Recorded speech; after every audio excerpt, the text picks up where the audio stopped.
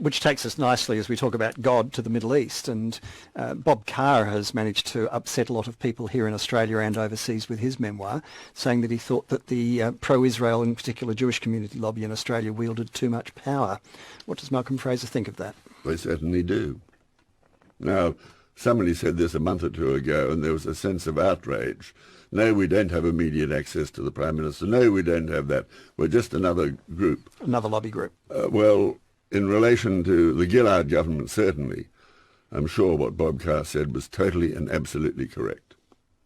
And other governments? Are you of that view as well? I once said that Israel had exercised excessive power in relation to Lebanon.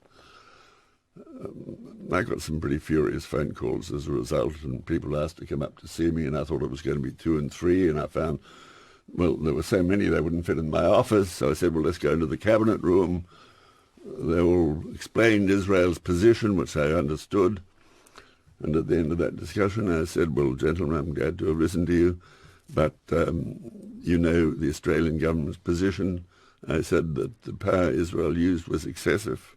That view has not changed, but I've heard you. Thank you. It's a continuum. It's a continuum. Well, the Jewish community are generous donors to political parties and wield and exercise as much influence as they can muster. Any community does the same. The Italian community, the Muslim community, religious groups, ethnic groups, industry groups. What's the difference? Not usually in support of a single country. I don't think the Italian community, just to take one example, try to get us to follow any particular policies in relation to Italy. And that's the difference.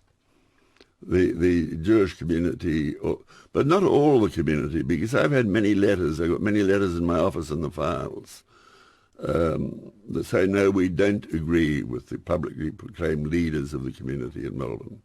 We take a different view. And but they're not going to say so publicly. The Jewish community seek to get Australia to support policies as defined by Israel.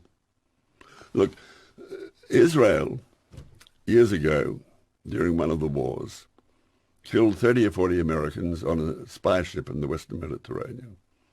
That was a mistaken missile hit, if I remember correctly, or an airstrike, I can't remember. The Americans tried to cover it up. Mm-hmm. It wasn't a mistake, it was deliberate.